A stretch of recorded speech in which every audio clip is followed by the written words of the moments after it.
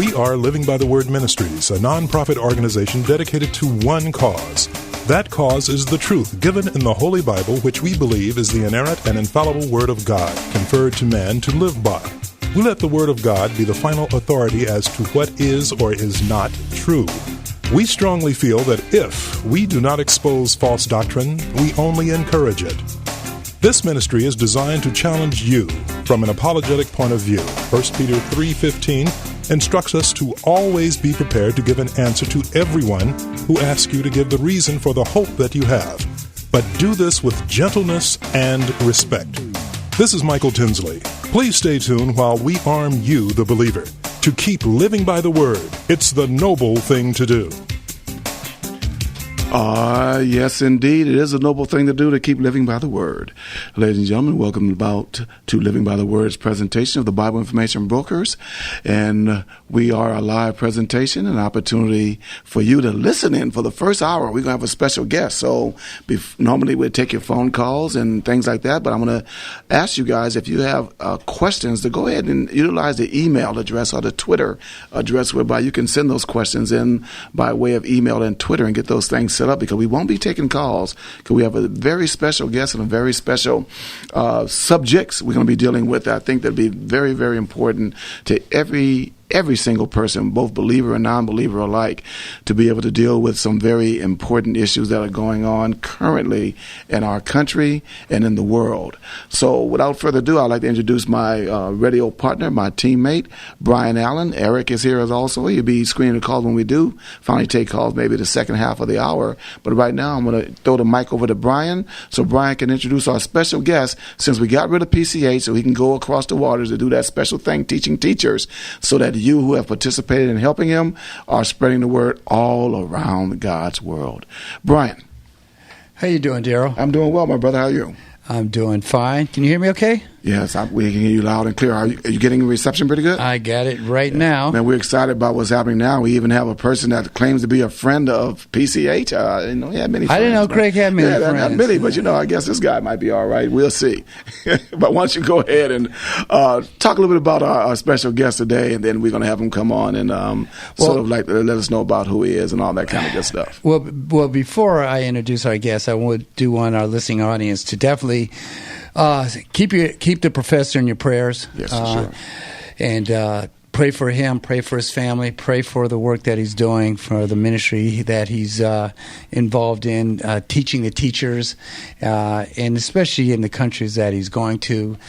Not many favorites of Christianity where he is, and the people that he's working with too.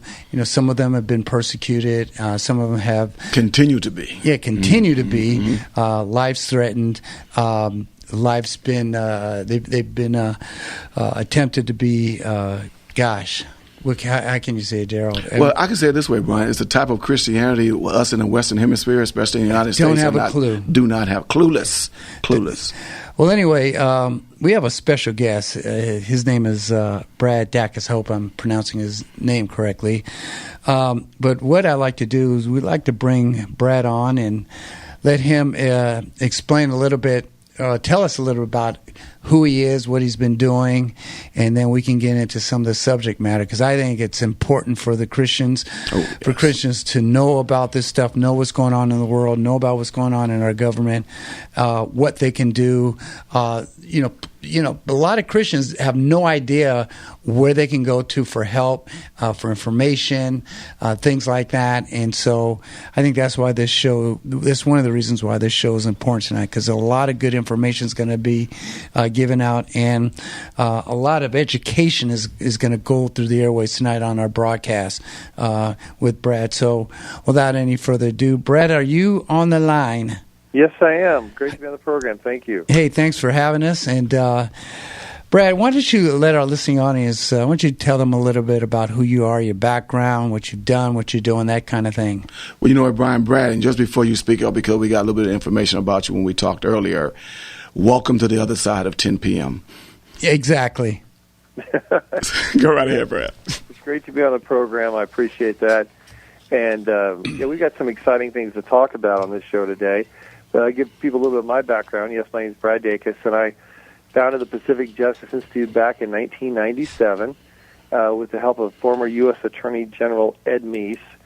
And we defend religious freedom, parental rights, sanctity of human life, all without charge. We handle more case matters here on the West Coast doing that work than any other legal organization in the country, bar none. We have 5 offices in California. We have an office in Salem, Oregon, another in Seattle, Washington, Reno, Nevada, and we just opened one in Denver, Colorado.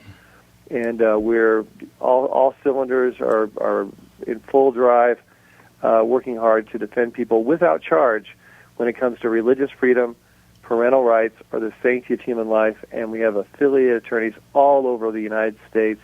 I also have my own radio show called The Dacus Report, and it's heard on about 170 stations across the country. And then we have a commentary called The Legal Edge, and it's heard on over 500 stations across the country. And because of that, we get requests all across the country for help, and we make sure every single one of them gets the help that they need. We're very unique. We don't just cherry-pick high-profile cases, just the big cases. We work hard to make sure no one is left on the side of the road, that everyone gets help that they need, all without charge when it comes to these areas. So that's what we do, and it's an exciting time. We have exciting cases to talk about. Brad, if I can say this, when you mentioned the last thing you said, people have a tendency of not understanding that not without charge does not mean not without cost, because I'm sure it is a very expensive situation you guys are doing, and we're going to give our listening audience an opportunity to not only let friends of theirs know if you're on social media, let a few 100,000 of your friends know that you're listening to the broadcast, and we do have Brad Dacus on so that they may be able to get some help in areas that we're going to be speaking about. But it definitely doesn't come without cost, even though it may be free to the person that's coming to you, Brad. Yeah, thank you, Daryl, for pointing that out. Yeah, we are a nonprofit 501c3 legal organization. What that means is if anyone supports our work, they send in a contribution, they go to our webpage and contribute to us. It's just like it's a charitable donation, just like you give it to a church or some other charity group. You get to write it off your taxes. It's tax deductible, and I'm glad you mentioned that because we're very lean and very efficient in how we operate.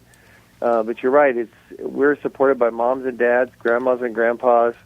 About 140 churches support our ministry, and it's very, very much appreciated. And if people want to, also we get some great free resources like our Legal Insider newsletter. They can get that, and it gives them updates on cases and things they will not hear about in the mainstream media. Our website is simply pji.org. So the letter P for Pacific, J for Justice, I for Institute, pji.org.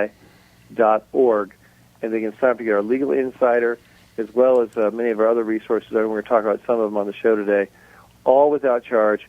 And we'd love to keep them updated and love to serve them any way we can. Sounds great, Brad. Sounds great. Now, Brad, just real briefly, can you let us know how did you meet one of our teammates, the illustrious PCH, the youngest guy on the team? I just did that for him so he can feel good when he comes back, because it definitely ages him when he comes back from overseas.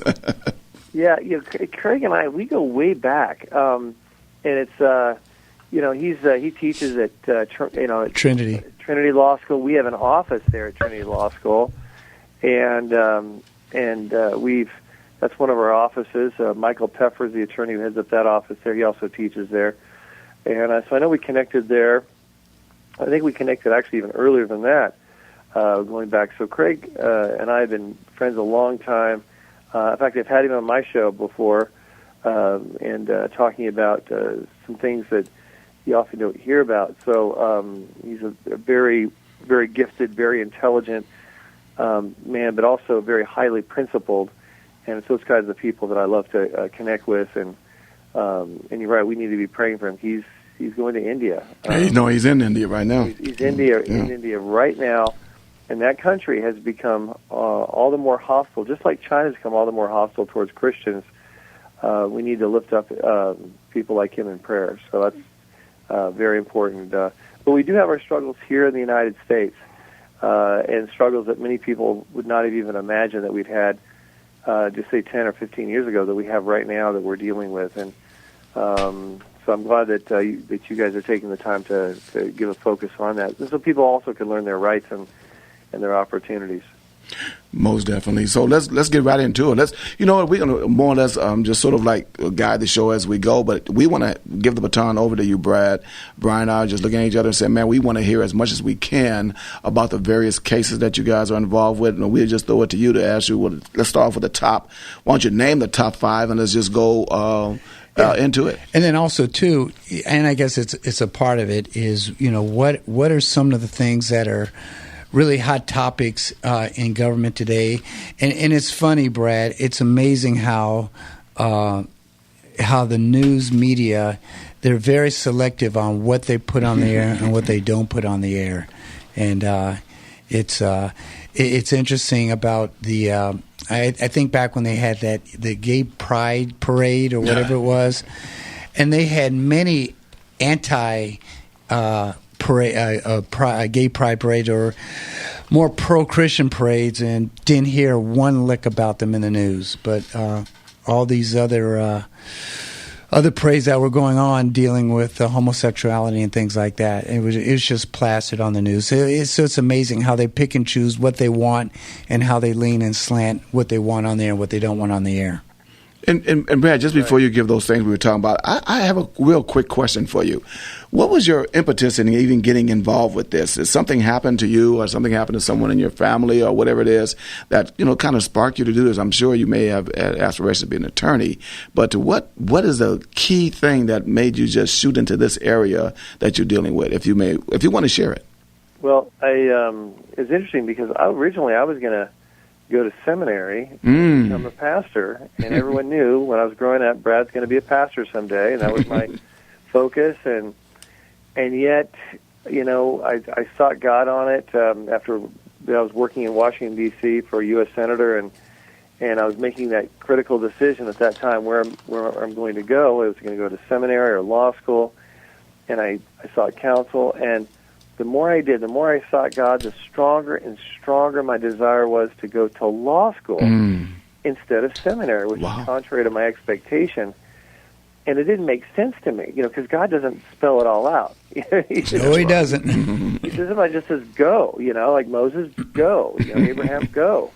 So I just heard go to law school. This is the passion I put on my heart. God put on my heart, so I went to law school, University of Texas, a very, very good law school. But while I was there after my first year, we got to do some evangelism there too. It was really neat. I was really excited about that. But while I was there, I interned with an organization back east called the Rutherford Institute, founded by John W. Whitehead, and he was the first one to really start the movement to defend religious freedom against radical groups like the ACLU and others who were trying to shut down religious freedom. And so So I interned with him, and I thought, this is my dream. Someday this is, what I want to do, and I'm really, truly competent and qualified to do this kind of work because it's so important. Maybe 30 years from now, this is what I want to do. Well, I get out of law school, and I am working for a firm in Sacramento, California. 5 months into it, I get a call from John Whitehead saying, Brad, we want you to head up open an office in California and coordinate litigation in 14 Western states defending religious freedom and this work. And I'm just like stunned. Wow. And then he flew me out there, and I said, Mr. Whitehead, let me tell you the 5 reasons why I'm not qualified for this, and you should choose someone else. Now, that's not what you do when you want a job. You just don't do that. You don't say, this is why I'm not competent, Right. Moses. Anyway, because it was so important that that we really have someone who was really the best. Yeah. The work was so important, and I really believed in the importance of it. And yet he looked at me and he said, Brad, I'm already convinced you're the man for the job. So it's really not between you and me. It's really just now between you and God. I went, oh, great. He plays the God card on me. I drop it like it's hot. Yeah. Smart. Yeah. So then I did. I prayed about it, and God really just convicted me that it's not about being competent. It's he, in my mind, he brought to my mind all these people in the Bible that were not competent by the world's standards. And I realized, I said, okay, God, this isn't a molehill, though. This is a mountain, and you're going to have to move it just along straight. So I said yes, and it was fantastic. After years, though, of coordinating a network of attorneys, the office the national office, Rutherford, contracted majorly, and they had to shut down their regional offices, including mine. Offered me to head up the public affairs office in D.C. I was going to be the face of the organization with all the media for all the cases and everything they handled. And I said yes, and then I had insomnia, and I could not sleep day after day after day. And I finally thought, oh, shoot, I got to pray about this. And I didn't want to pray because when I pray, I'm convicted to go the hard way that requires faith. Well, that's just what happened. I prayed, and the Lord put on my mind, Brad, what desires have I put on your heart? That's just literally what hit me in the boom, right in my thinking. Some people, they say you hear God talking to them all the time, every day. That's not me. It's just, I think it's one of the most stubborn is when the Holy Spirit really just has to hit me on like directly like that. So that's what came to my mind. Brad, what desires have I put on your heart? And the answer was to make sure people got the help that they needed where it was needed the most here on the West Coast. Yes, sir. Because this is the modern-day beaches of Normandy when it comes to the struggle for religious freedom, parents' rights over their kids, the sanctity of human life. It's right here on the West Coast. And so I went and said, okay, God, I'll do it on several conditions. I'm scared stiff. I want to make sure this is from you, so I need free office space, free computer system. Keep me on the radio stations for free. There were 2 at the time. We have to be in the black in just 3 months, and I'm never going to charge anyone for any work I ever do, ever. That's the way to challenge them, baby. That is the way to challenge the Lord. Yeah, because I was scared. Yeah, God takes us right where we are. He knew what I was feeling. So I thought, I need to be pretentious about this. I just think, hey, God, this is it. Wow. And if you're behind it, these will all happen. If you're not behind it, then I don't want to do it. I don't want this to be a Brad thing. I want this to be a God thing. Otherwise, I want to do it. God came through on all of it and then some, things that I didn't even know I was going to need grace on. Wow. And we were up and running. We now have 9 offices in 5 states defending. Right now we have over 40 cases in active litigation. And our goal is to make sure that no one is left on the side of the road. Everyone gets help. Very, very unique. And that's why I greatly appreciate, once again, those who support our work. And we do have lots of exciting cases still to talk about. So. Let's get into it, Brad. I mean, I really appreciate that because the heart of a person that God has, just God and you are the majority. You know, God and any one person is the majority in any given situation. So Let's get into some of those cases. Why don't you tell us about them? Okay, we'll dive into probably one of the most controversial of the cases that we're dealing with, and it's a very, very important case. We've heard about men going into, women's locker rooms or in high schools, teenage boys going to girls' locker rooms without notice, and the big uproar that's happened. A lot of girls, feel visually violated, right, as they should when they're naked and they're changing, and then comes a boy staring at them, and he strips off his clothes, and most boys who are sincere, if they're sincere and they have gender identity dysphoria, or transgender, most of them are still turned on by looking at girls. Many people don't realize that. So anyway, it can be very, very problematic. And these people who do have dysphoria, they need love, they need compassion, they need outreach, they need counseling.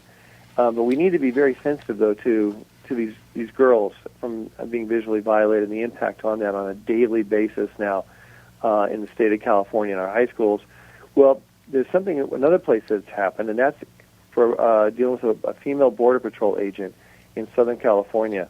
One day she was at work. She arrives at work. She's taking off her clothes to put on her uniform. In comes a man. He's an agent also, and he sees her and the other women, and they scream. And he says, "Hey, get used to it." He says, "I see myself as a woman now, even though he's totally a man." Right. And he said, "I see myself as a woman." He said, "And by the way, I shower with the curtain open whether you like it or not." End quote. That's what it was alleged that he told them. So they complained. They filed a complaint. Administration there, who heads up the Border Patrol, said, "Nope, we just have to do this. This is in California. This is the way it works." Well, it doesn't. It's a federal agency. They're not subject to the state mandates like that. But nonetheless, that's what they said. So we, Pacific Justice Institute, we have filed a lawsuit on her behalf. And I will tell you, we are willing to take this all the way to the Supreme Court if necessary, because no woman should ever, as a condition of employment to work for the United States government, should ever have to be naked or be exposed by the opposite sex on a daily basis as a condition for employment for the United States. You know what she's doing right now to keep her job? She's changing in her truck, her pickup truck, in the parking lot. Wow. Looking around, seeing who's staring, who's not staring, and quickly trying to change and maintain her dignity and modesty and privacy. So we at Pacific Justice Institute, we're taking this on because, and if we prevail, which I believe we will in the end, because of the fantastic new appointments to the Supreme Court by the President, I think we have the votes on the Supreme Court for level-headed thinking to declare this to be an egregious violation of privacy for this woman and those others like her. So this is a very important case that we at the Pacific Justice Institute have taken on. I want to say also, if anyone's listening to this broadcast and they've got a son or a daughter in a school, high school, junior high locker room, and there's the opposite sex has been coming in, and they want to file a lawsuit to challenge that or a similar circumstance, they should not hesitate to contact us. We do not charge. We do all our work without charge, and we really make sure our clients are treated fairly and taken care of, and they would even have probably anonymity in the case because of the minor and the privacy needs for the minor. So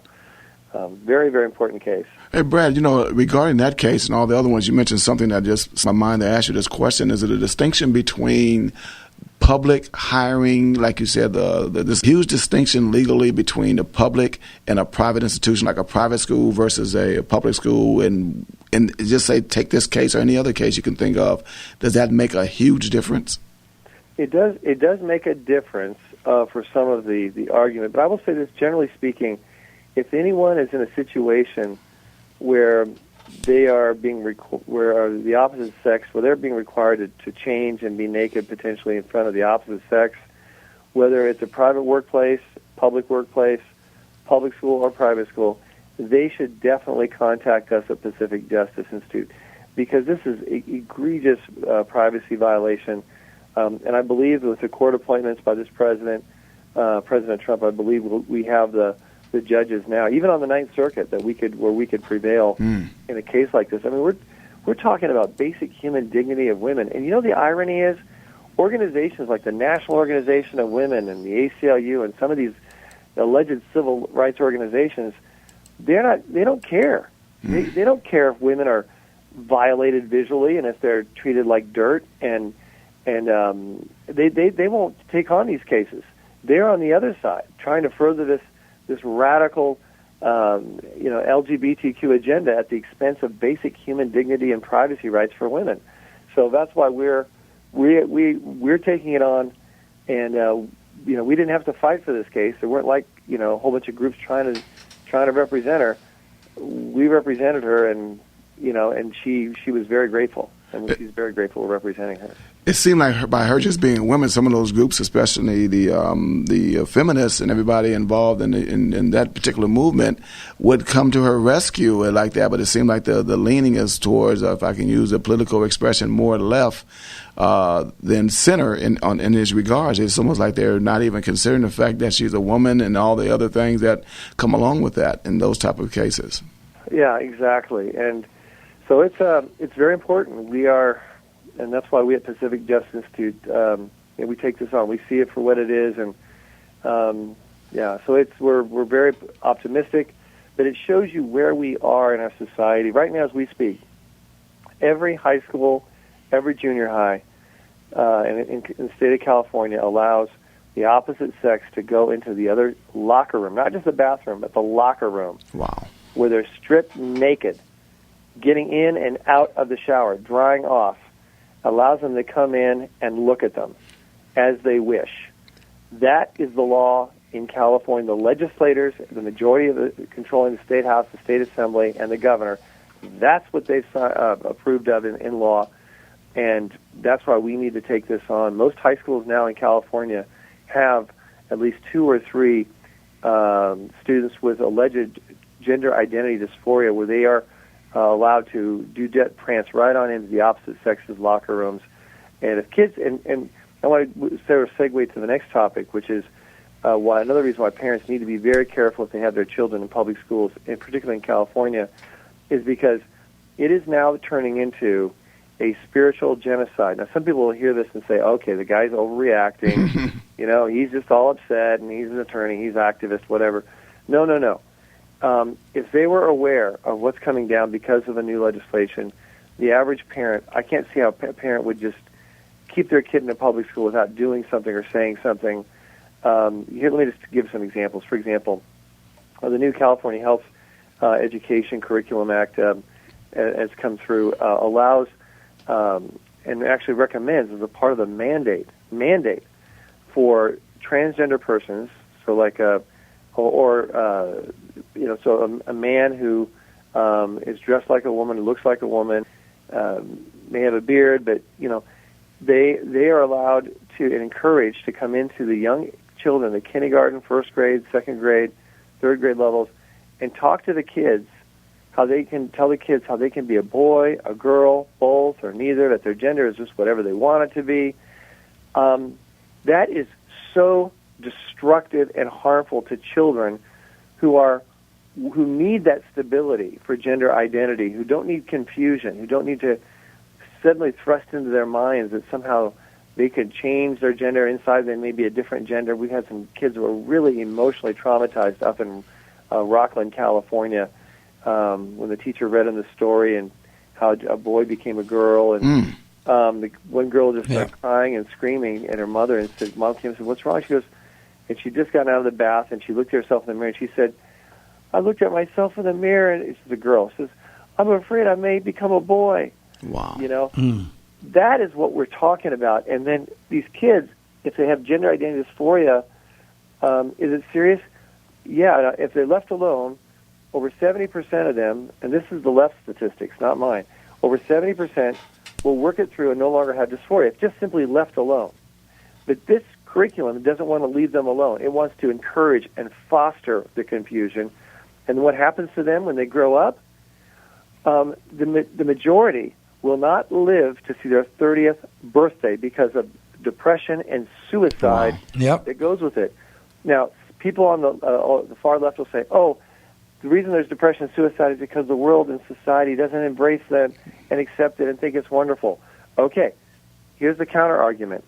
The fact is, these studies have shown that those living in very pro-radical LGBTQ communities like San Francisco, those transgender persons have the same suicide rate as those in more conservative communities in the country. It's an internal mental issue because it is a mental condition, and that is why we have such high fatalities, deaths, and that's what they're thrusting on these children.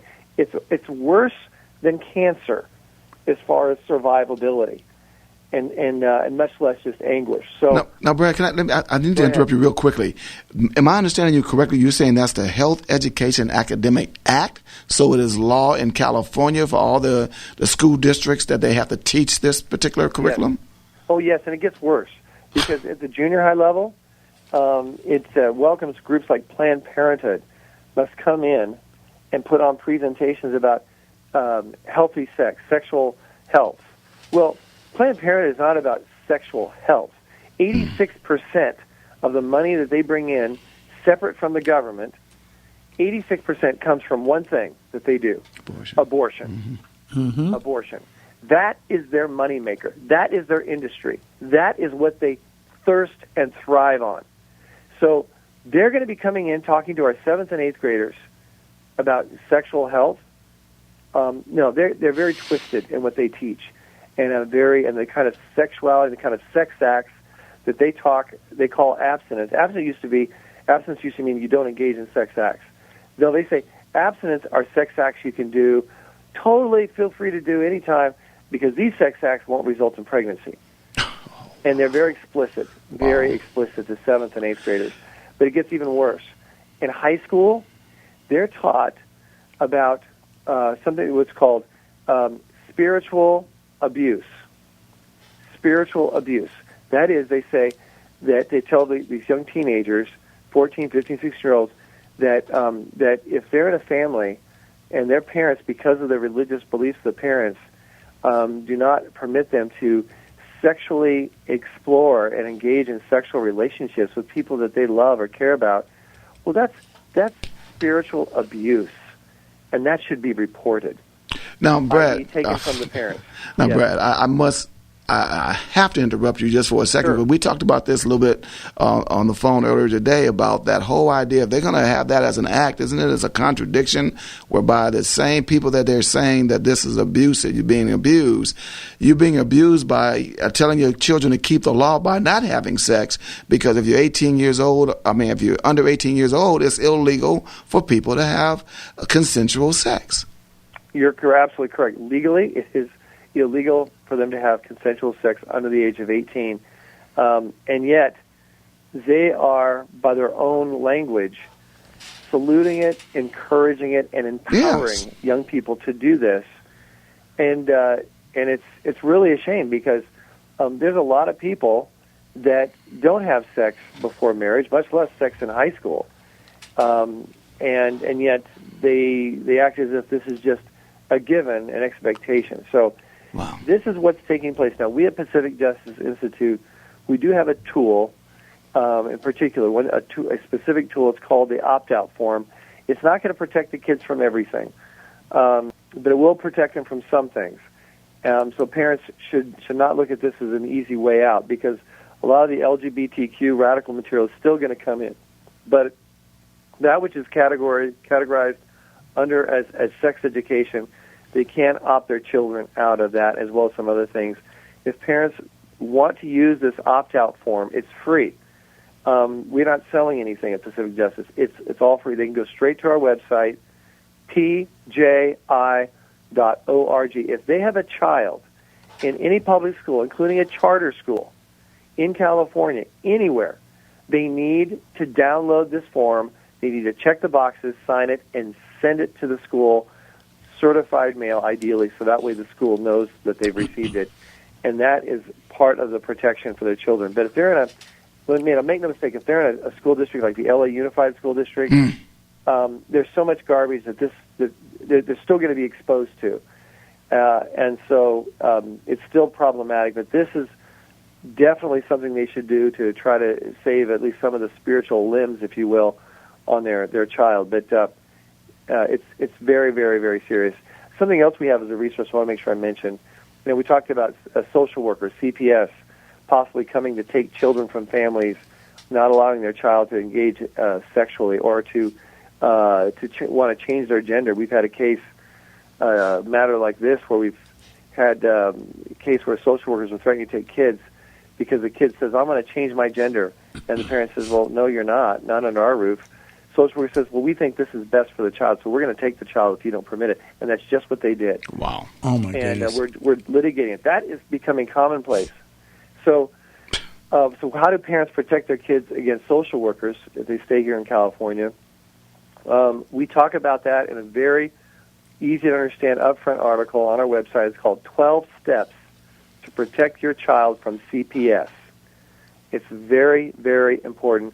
They go to our website, pji.org. At the top, they'll see resources. The very top bar, you'll see something called resources. Click resources, parent, and then parents, and you'll see these resources made available.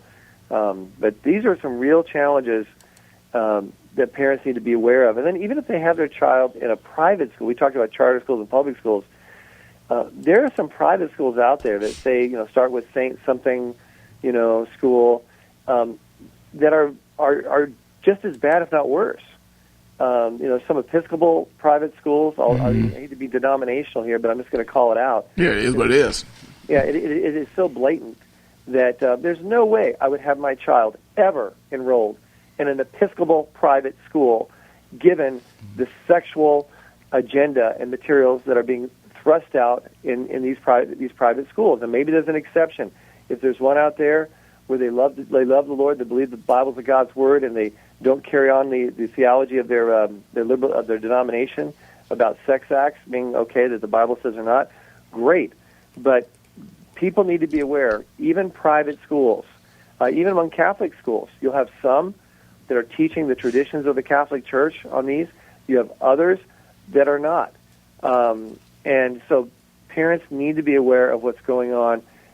Even if it has a denominational name that they think is friendly, they need to check it out and find out exactly what that private school is teaching. Now, if parents are homeschooling, that's great. That's fantastic. But a lot of parents have a hard time homeschooling for different reasons. One is because there's only one parent, and they have to provide for the family, and they can't homeschool. Well, what we're encouraging right now, up and down the state of California in particular, is for churches to step up and start homeschool consortiums. That's where parents at church get together, and they meet, say, once, twice, 3 or 4 times a week at the church, and they tutor the kids. They get them on a program. There's all kinds of online education programs. They can make sure the kid's staying up with it, answer questions, encourage the kid, may have some Q&A time. But it's working together with the body of Christ. And if a church wants to grow, they should start a homeschool consortium, because there are people in that community that will thrive on that and would love to be a part of that church community. I talked to a pastor just the other day, this last week, and that's what his church is doing. And he says they are growing and growing and growing because they are reaching out to the needs of the community, and they're working to not just save their own kids in their church, but also reaching out to those in the community. And that's what the love of Jesus, I think, compels us to do. It's a great opportunity, and we at Pacific Justice Institute can work with any church, along with other organizations I know that can help, like HSLDA and others, to help bring this about. And we need to see these sprouted up all throughout the state of California to save and spare what I see is happening, which is a spiritual genocide for an entire generation of children up and down the state of California. If I sound radical, I don't mean to sound radical. I'm just stating the facts of what we're litigating against, what we see, and it's something parents need to be aware of. Brian, I was just thinking about you, brother, what we talked about earlier also in regards to something that would happen in the field that you're in, dealing with schools, dealing with these people. Brad, is there any situation where you also work with individuals or companies, whether for-profit or not-for-profit, that's dealing with the schools that have subcontractors or contracting with these schools that are kind of forcing them to comply to this type of behavior, this type of mindset, even with the paperwork they may have to do as they change their paperwork and everything? Brian, you know what I'm talking about in regards to that? Well, I know for me, when I go in, because we have the contract with LAUSD for the cap and gowns for their graduations. And last year, the forms that I use to get their information, last name, first name, height, weight, gender, that kind of thing. Well, this year they said on these forms that they just want everything except gender. And it's like, so definitely know what's going on. And, that's just a minor step from what, compared to what some of the things Brad has been sharing with us this evening. And, it's just step by step by step. He made a statement about the kids in grammar school. I saw a little piece on TV, and they read a section of one of the books now that's going into the grammar schools, and it was basically talking about how Johnny was having a problem, didn't know what dress to wear today.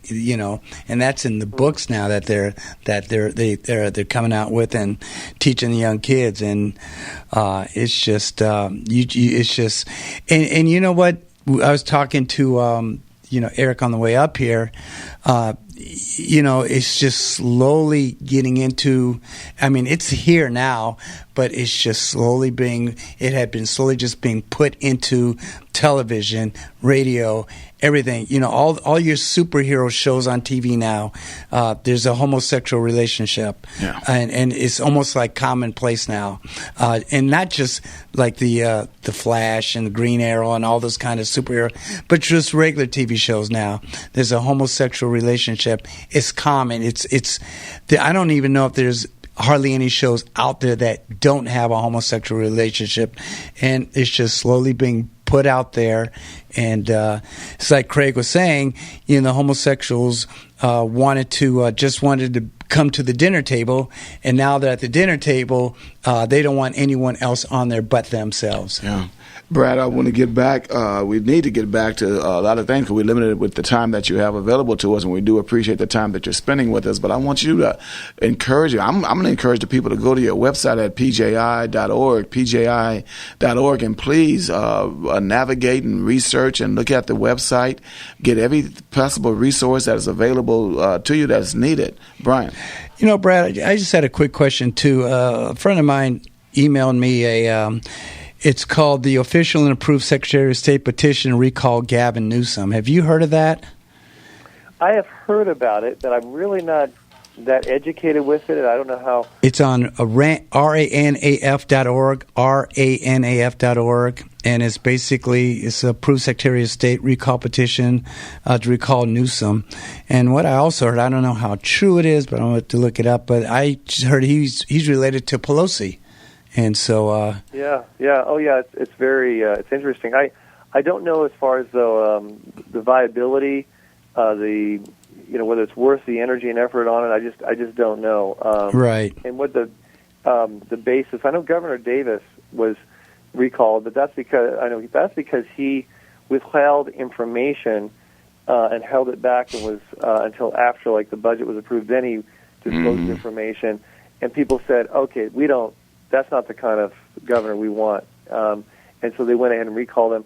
I'm not sure what the basis of it. There's a number of reasons why, and then the extent to which they feel they would be successful in accomplishing that. We all have limited time and resources, so we need to be wise in discerning how we use them. Exactly. And so but I'm not educated enough to really comment one way or the other on this. Right. I just got the email today, so I haven't even gone through it. So I was just wondering if you had heard about that. And just the mindset, Brad and Brian, just the mindset you guys mentioned about that, you got to pick and choose your battles. And I think that is more productive for parents to get educated in what is actually going on right underneath their nose. I mean, I know that they're supposed to have these PTAs or SPTAs, whatever they are now, with the Student Parent Teacher Association getting together. And I'm trying to understand being out, all my kids are grown, being out of the school system. But I just remember when I was there, when I shared with you, Brad, before that, all these things that they're doing, and especially in the area of sexuality, to me, it seemed like a large argument has to be the duplicity of what our legislators are doing. They're actually having kids and giving them almost permission by tacit agreement with their legislation to break the law. And you know what I like, Daryl, too, is the fact that Brad was saying, hey, we'll take this to the Supreme Court. Right. That's what's happening. And I'm glad the Supreme Court is in a position where it is right now. And I hope it even gets stronger. Brad, let's get back into it, man. I mean, we have limited time with you, so I want to take advantage of that. Please talk about the other cases that you feel are very prominent and people should know about. And please, folks, tell about 100,000 people, your friends, on the social media stuff you have, pji.org, pji.org. Brad Dacus and his organization, Pacific Justice Institute. You need to get educated about what's happening. Now, before Brad talks about his next case, Daryl, Brad, why don't you talk about a special event that's coming up that you want to share and take it from there? You bet. We at Pacific Justice Institute, every year we have our annual Celebration of Justice Gala. It's going to be held at the Grand California Disney Hotel on October the 26th. It's just right around the corner this month, October the 26th. It is a spectacular event. We have radio host and TV commentator Larry Elder, who's going to be speaking. He's very, very articulate and very bright. We also have Fox News commentator Todd Starnes. He's the MC. And then we have actor Stephen Baldwin, brother of Alec Baldwin. And we forgive you for saying that on our radio show, but go ahead. But Stephen Baldwin's going to be on he's also going to be there as well and appearing, and we're recognizing him for being upfront about his faith in a very hostile Hollywood environment. So it's going to be great. The food is excellent. I'm very picky. And so we do not allow chicken ever to be served. What? Galas. That's good, though. I got you. A seafood dish along with a beef dish and a really fantastic dessert. So it's and a bisque, and it's a very, very nice event, very nice gala. If people want more information about that, they want to register to attend. They can do that by, and most of what they paid for registration is tax deductible. Most of it's tax deductible. They can go to our website. Once again, it's pji.org, P for Pacific, J for Justice, I for Institute.org. And at that meeting, we're going to talk about our strategies moving forward. I think people are going to find it very encouraging to see what we're planning on doing in the next 6 to 12 months that I think is going to have a major impact in the long run. So we're really excited about that. That's the 26th of October, Brad, and when they go to the website, do they click event or something like that? What do they do? Yeah, I think event, or at the top, they'll see sort of a rotating screen of different topics. So yeah, I just did it. Click events, folks. I'm just on the website now as you speak. I just want to make sure we be sort of like active with the people. Yeah, click events. And you're too busy. You ain't got to worry about the website. You just give the information. Yeah, and it's almost sold out, so I encourage people to go there. And definitely, that's a great thing to do. Now, something else I want to talk about is the assault also on private Christian schools. This is very, very, very serious. The most respected Christian boarding school in the state of California, it's located up in Northern California outside of Redding, been around for 20 years. The state of California is suing to shut them down. And here's why. See, they're registered with the California Department of Education, like all private schools and boarding schools. But a new liberal law was passed about a year ago by the radical LGBTQ targeting Christian boarding schools, saying that if there's any counseling enabled in any way, shape, or form, then it's treated as some kind of a rehab center, and therefore it has to be licensed under the California Department of Social Services. And if that's the case, then they have to allow the kids, get this, to freely engage in sex with opposite sex, same sex, other minors and kids there at the facility. Wow. And there's nothing this Christian home or the parents can do. Parents are the ones who put their kids in these schools. This isn't government subsidized, government controlled. Yet the government basically wants to shut them down and make them not to be able to be Christian or there be any Christian counseling. Now, they don't even have Christian counseling there. All this boarding school does is simply provide transportation for the child to go off campus to have Christian counseling with counselors set up by the parents, paid for by the parents. So just because they provide that transportation, that suddenly makes them some kind of major therapeutic rehab place in the eyes of the state. But their goal is simple. It's diabolical. It's evil. It's to shut down every single Christian boarding school in California, and then they're going to move at every single Christian private school in California. The radical LGBT wants to shut them all down. Even a candidate for president, people understand where we're coming from here, a candidate for president of the United States this last week came out and said, I'm not going to say who they are, but I don't think they're going to get their party's nomination. But anyway, a very notable candidate came out and said that he thinks that churches should lose their 501c3 tax-exempt status unless they change their beliefs and theology about same-sex marriage and same-sex sexual relationships. That is how intolerant and elitist and hate-filled this agenda has become. It's even consumed major politicians. We've had U.S. senators, by the way, more than one. There's 3 of them in the U.S. Senate that interrogated judicial nominees and attacked them. One, because one was a member of the Knights of Columbus, a Catholic organization, and they thought that it's inappropriate for him to be a judge because he's a member of the Knights of Columbus, and they believe what the Catholic Church believes about same-sex marriage. So therefore, they should all be disqualified. All Catholics, all the evangelical Christians should be disqualified from ever being allowed to be a judge in the United States according to this attitude and perspective. And there's 3 judges, three senators. One of them is a senator in the for the state of California. So that is what we're dealing with in a growing hostility, and we're seeing it very vividly manifest in multiple ways. Shutting down Christian boarding schools is just one area that we see it very clearly here in the state of California. In other states, I assure you will be watching to do the same thing, especially states that are dominated by legislators that are do not have a biblical worldview, and like Washington, Oregon, California, Illinois, New York, Massachusetts, Vermont, to name a few. So, now, Brad, you gave this information, and on this broadcast, our listening audience used to hearing names named, just like the Apostle Paul did with Alexander the Coppersmith and the various people that gave him trouble in ministry. So, unless you feel like there's some legal reason why you should not give their name, I'd appreciate if you just drop the names on the people, especially if it's already public knowledge on who they are. Yeah. I'm sorry. That's just the way we do. I mean, but if you're the lawyer now, you're the lawyer. Don't mess up. I want to be sensitive, and I don't want to come across like I have a political agenda or ulterior political motives. But since Dianne Feinstein, she was openly critical of a candidate for the for judgeship because of that candidate's beliefs and teachings in the Catholic Church. Openly. And Booker is another one.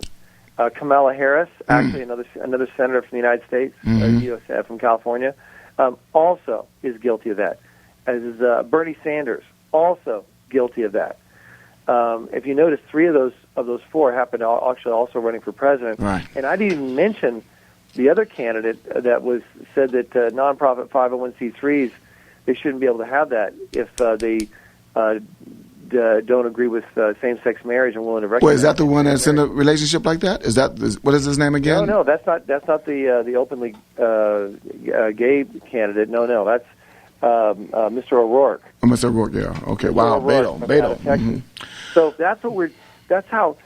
I think it's important to understand that is how dangerous it's become when you have major politicians who are looking at the winds of public opinion, who feel that confident to be that open about their bias and bigotry and antagonism against Catholics, against evangelical Christians, against people, even Orthodox Jewish people for that matter, who have Orthodox beliefs.